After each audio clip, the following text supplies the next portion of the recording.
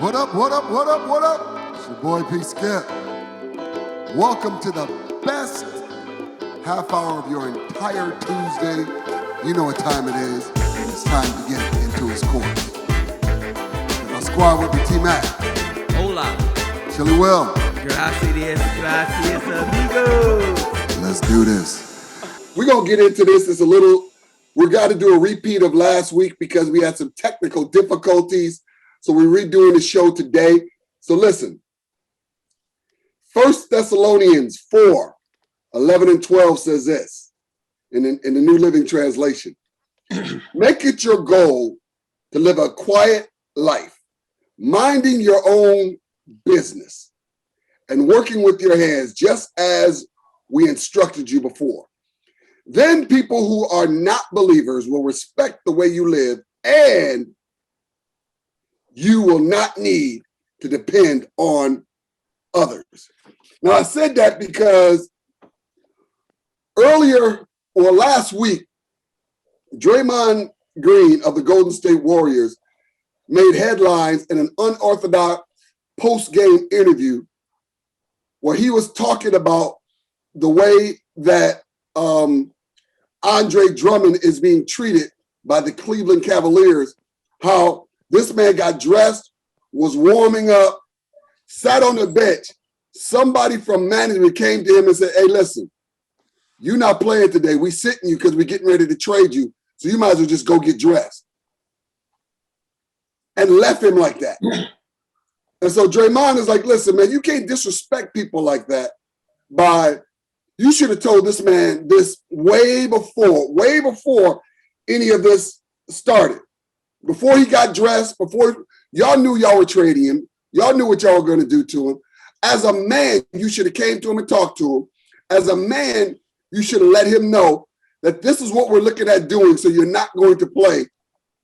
But they humiliated him in Draymond's point of view by, first of all, getting him dressed, having him warm up, break a sweat, and go shower, you're not playing. You know, as an athlete, that's one of the most humiliating things you can do. Well, I'm in the mindset of it's game time, it's time to go, you know, I'm getting ready to play. My head is in that space.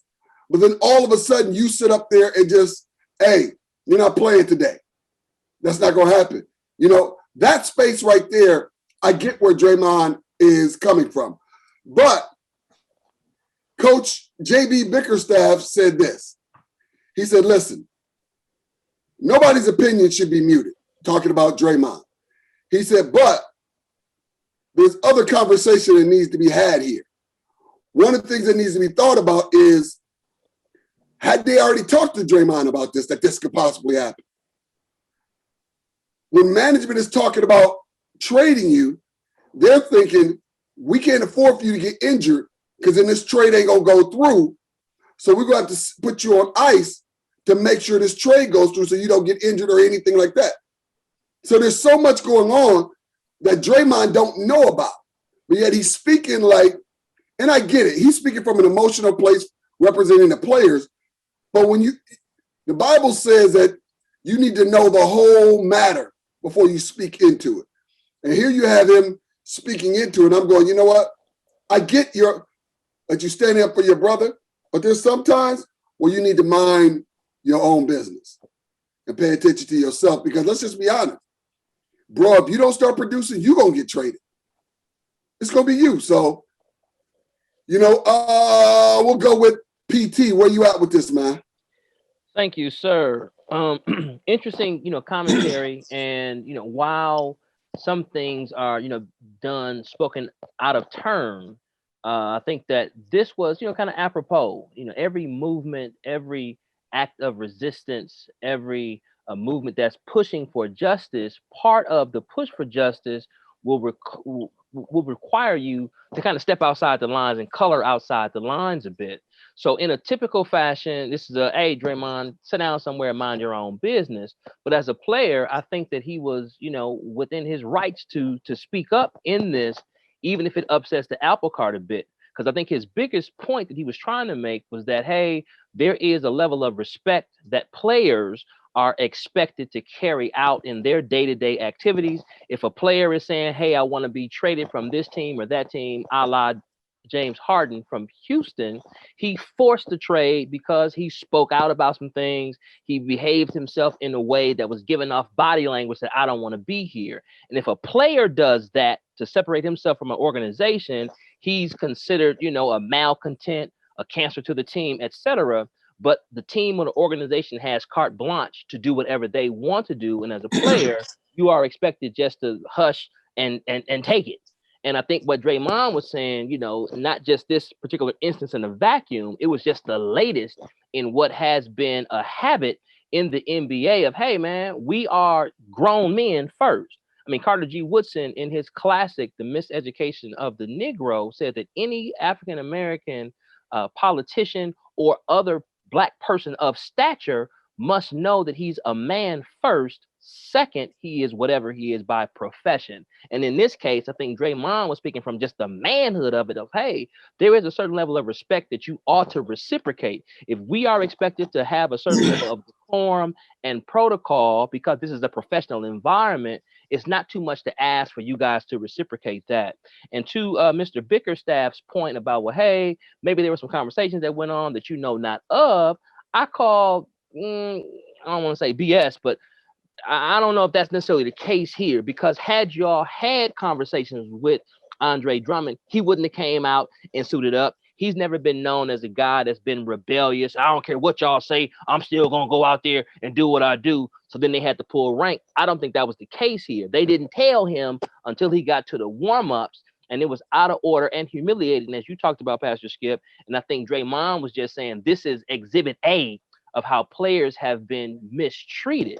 And nowadays, if we're going to carry ourselves as men, as professional partners, as opposed to merely labor and ownership, he's saying, no, this is a partnership. So there should be some reciprocation in how we engage each other, particularly when there are moves like this that are to be made. And I'm sick and tired of it. And I got enough guts to put myself on the line and say something. And whatever consequences I catch behind that, I'm willing to deal with that.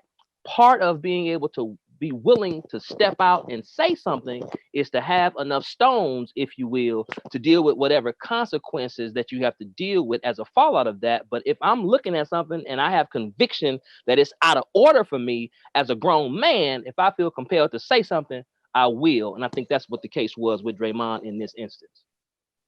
Yeah, and I think the bottom line on this is it's just about basic respect, the basic golden rule. Do unto others as you would have them do unto you. Right. No one would want to be in Andre Drummond. Andre Drummond, thank you, Tim. Andre Drummond's position personally, nor would they want anyone that they cared about to be in that position. Because like we've already expressed, it's not a nice look. So everybody would understand it if they was in that position. But because a lot of times the people who get to make the decision on what get done and what doesn't get done, they never are in the position of having to be told what to do, having to have some type of fallout. They're not in that position. So they don't relate to it. So a lot of times you see these things happen when the power structure is the way it is and has been for years in professional sports. But right now, you said something that's very important. It's not labor and ownership. It's a partnership. And because of the partnership, all of the partners have to be respected. And I think it's a new day. I think you got to teach these old dogs, these NBA and professional sports owners who are, by the most part, more mature white males who've had money for generations. You have to teach them new tricks. And the new tricks is just like when James Harden wanted to get out of Houston, he could force his way out of Houston. The quarterback in Houston, Deshaun Watson, he wants to get out of Houston. He can force his way out of Houston. And the reason why is because they're making so much money that these players can stand to not even play, to get fined and not get paid and still live the exact same quality of life that they were living before. And in the past, that was not the case. So it's a new day. I think this is this gonna come down to a union issue. And at the next labor agreement, these type of things are going to be discussed and they're going to be hashed out and they're going to have direct steps that you take in this situation. But what Draymond was saying, he's 100% correct.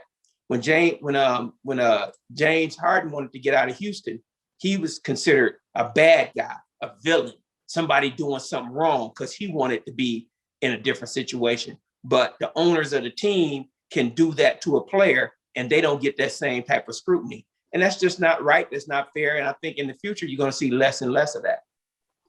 I think, you know, and I agree with you guys, because think about this. When Mahmoud Abdul Rauf, aka Chris Jackson, didn't stand for the national anthem, the NBA blackballed him.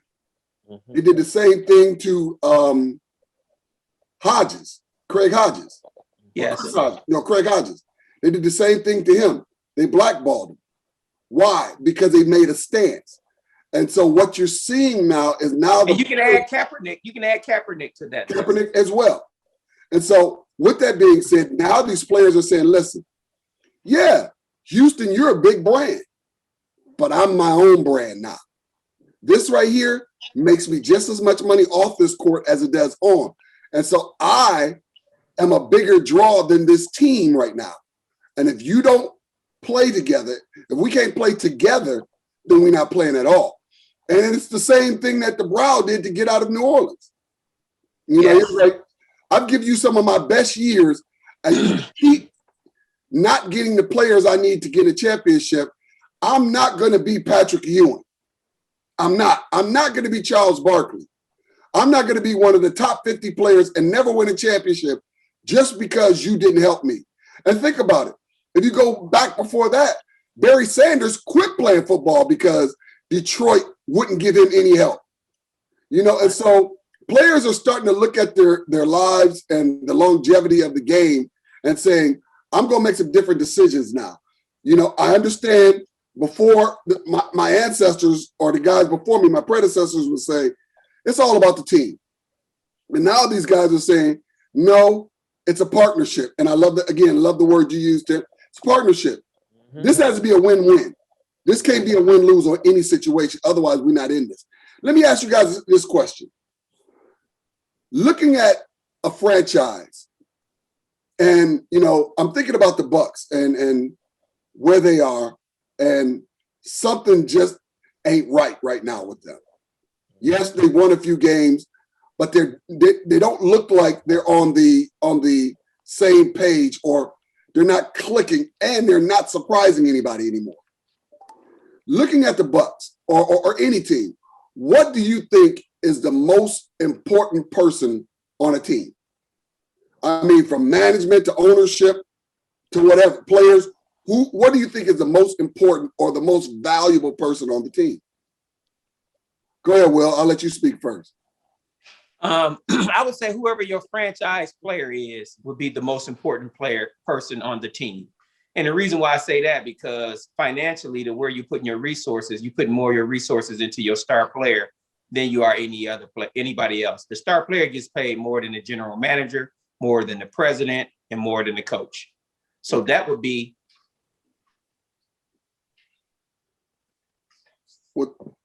Tim, why don't you pick up are you back, Will? Yeah, I think my phone is kind of going out of power here. Tim, why don't you pick up? Yeah, Tim. Yeah, go to Tim for a second. I would echo, you know, what Will was talking about. I think that the players first, because no matter how great a coach you are, no matter what stage, be it Nick Saban at Alabama, be it John Thompson at Georgetown, be it NBA coaches like Phil Jackson or Lenny Wilkins of yesteryear or whoever, if you don't have the players, you aren't going anywhere. And so when you kind of extrapolate that out from the players as an aggregate and get down to your best player, your quote unquote money players, they are the most valuable resource for an entire franchise, not just because, you know, they're making the most money out of any one single individual on a squad. They also tend to be the biggest draw. So they get the biggest pay because they also give the team, the franchise, the biggest return on investment. Jersey sales, butts in seats coming to see this marquee player, etc.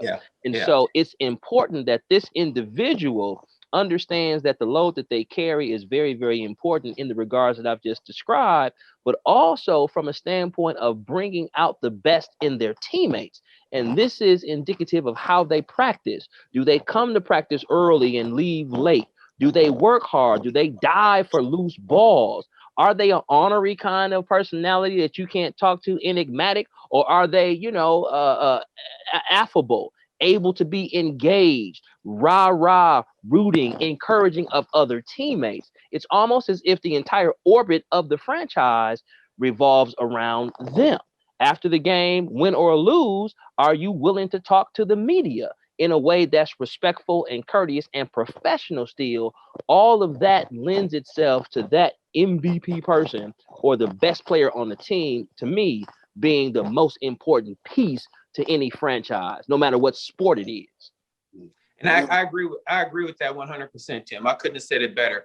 That's where it goes to. So that's where, when you start talking about the personality of that player, the drive, the culture that player is used to, the things that player may or may not do socially or recreationally, all of that affects your bottom line. So, Pastor, to your question, and we both agree that the most important player is your franchise athlete. Now, I come from a little different aspect. And the reason why I say that is, to me, the most important person on a franchise is the scout.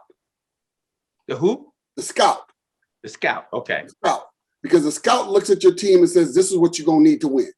This is who you're going to need to win. And I'm going to go and find that individual for us to win. Because you can have the best player, but still don't have the stuff around that best player to win a championship. But that scout looks at him and says, okay, Giannis, you're a great player, but this is what you're going to need. You're going to need you some shooters. You're going to need you some guys who can stop in the middle. You're going to need your point guard. So as a scout, I got to go get you the best ingredients you can get to win. And so, yes, the players are very much important. I get it. Yeah, you got to have them. You can't win without them. But that scout to me is more important than even the coach, because I'm giving you what you need for your X's and O's. If I don't get you what you need, coach, I don't care how great you are, you're not going to win. Because think about this. Would Steve Nash has taken that job if scouts wouldn't have went and wouldn't have talked to or wouldn't have got the players in Brooklyn that are needed? Because somebody recruited them. And it wasn't just each other, but it was somebody saying, hey, listen, here's what I can tell you about this franchise. Here's what I can tell you about this organization. Because players talk to scouts more than they talk to scouts probably just as much as they talk to agents, or their agents talk to scouts more than they talk to coaches, more than they talk to owners. They talk to people who know the bottom line people, the people who are in the trenches. And these scouts are saying, hey, it's a great organization. Ownership is great. Because think about it. Why did everybody go to Brooklyn when New York is supposed to be the marquee franchise, the Knicks? But nobody wanted to go to Knicks. Why? Because ownership and a scout probably said, listen, and he ain't going to get no better anytime soon. So to me, again, players, yes, but that scout, that dude there, he knows some stuff that don't nobody. Because remember, these guys are been watching these players since high school, since Pee Wee. You know, they know them. They know them. They know their mamas. They know their best friends. They know all that stuff about these players because they've been watching them that long. So they can look at a player. Let's just be honest. A scout found Giannis. It wasn't the ownership. It wasn't the coach. It was a scout that said, listen, there's a player over in Greece that I'm telling you, whoever get this dude, he going to change their franchise. if I can just jump in real quick, Yeah. Travis, you make excellent cogent points. My only pushback would be that while I think the scout, based on what you just said, are they are very, very important, I still wouldn't have them trump the players over, being the most important piece, because even when you have, diamonds in the rough like Giannis and other, discoveries, Luka Doncic, other folks that have kind of emerged, you also have a trash heap of folks that scouts said was the next best thing that flamed out. Harold Miner comes to mind. J.R. Ryder comes to mind. Lenny Cook comes to mind. Ronnie Fields comes. I mean, just the list goes on. Just going from, let's say, 1980 up to 2020, you have a number of players that were the next best thing and the next this, the next that. All the scouts raved about them. And when they got to the next level, whatever the next level was, they petered out. Even now, you have still just a small remnant of individuals in the NBA. I don't know, 400 to 700 players out of the hundreds of thousands of players that actually play. So it boils down to, can you be, as a player, one that can deliver? The scout can predict, he can use the metrics, he can use the numbers, he can use all of the on-court percentage and all that kind of stuff. It boils down to, do you have a motor when you get on that court? Whether you are the right size, whether you're undersized, whether you oversized. Zion Williamson, he's too big, he needs to lose. But hey, man, he's been chubby and husky his whole life. Look at his head. He got a big head. Can he play? Yes or no? He can play. You know what I'm saying? So I think, to me, it still comes down to the players. Scouts, very, very important. Maybe high on the list, higher than maybe they would have been prior to this conversation. But I still think that it boils down to the players, because the scout can scout some players and they can flame out, crash, and burn, where some others that the scout might have missed could emerge. So I think it still boils down, when you burn it all out in the fire, to the players being the most important piece to any franchise. Okay. Yeah, I would agree with you, Tim, because talent is one thing, skill is another thing. But the other thing that tied both of those together in a beautiful bow is ability. Because you can have the talent and you can have the skill, but you may not have the ability to put both of those things together and execute. We watch sports all the time, and we look at people fold in big games. Some people got reputation. Paul George, James Harden. They got reputations for. LeBron James had that reputation for a long time for not showing up at the big game, not being good when it's time to be good. So, if you have the talent and you have the skill, you still got to have the ability to put those two things together to execute it. And that's why the superstars in all sports get paid so much more money than the average star player, because the superstar players are the guys who can show up in October in baseball and show up in June in basketball and show up in January in football. Those are the players that we want, because those are the players who's going to help your franchise win championships. And that's supposed to be the goal of all this. Yeah. Speaking of Paul George, we talk. Let's have an outstanding year, Pastor. Outstanding year. Paul George. Until the playoffs start. Right. Hey, listen.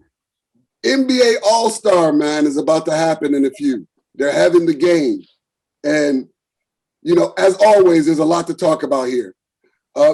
Here's the NBA starters, the All-Star game starters. Your captains are LeBron James and Kevin Durant. Then you have Kyrie Irving, Bradley Beal, which should have been a starter for at least 3-4 years now. And this is the East, right? This is all 10.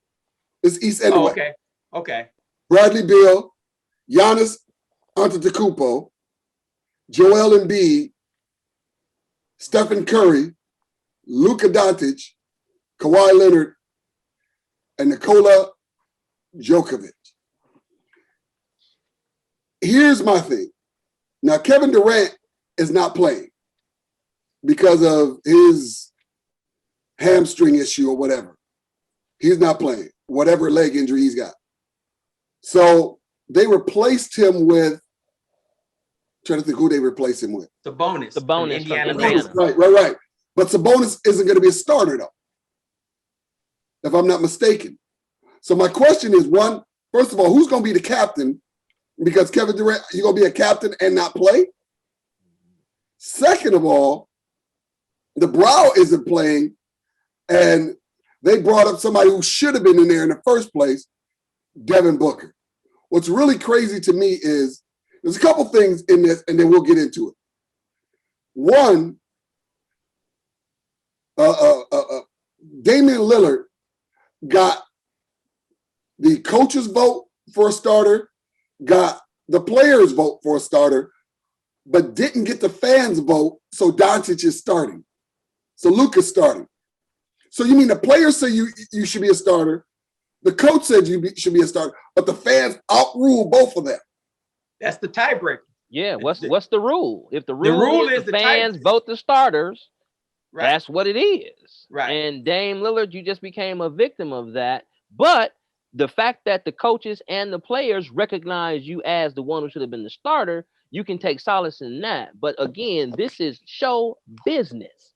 So Right. the business part of it, the NBA says, hey, look, we want to keep our fans involved. We want to keep them coming. We want to have them continue to weigh in and feel that they're part of it. So we'll give them this quote unquote important role so that they can stay connected. I think it's a brilliant strategic move for them to do it, even if you have some, let's say, unfortunate casualties, as in this case with Damian Lillard, Pastor Skip, as you just described.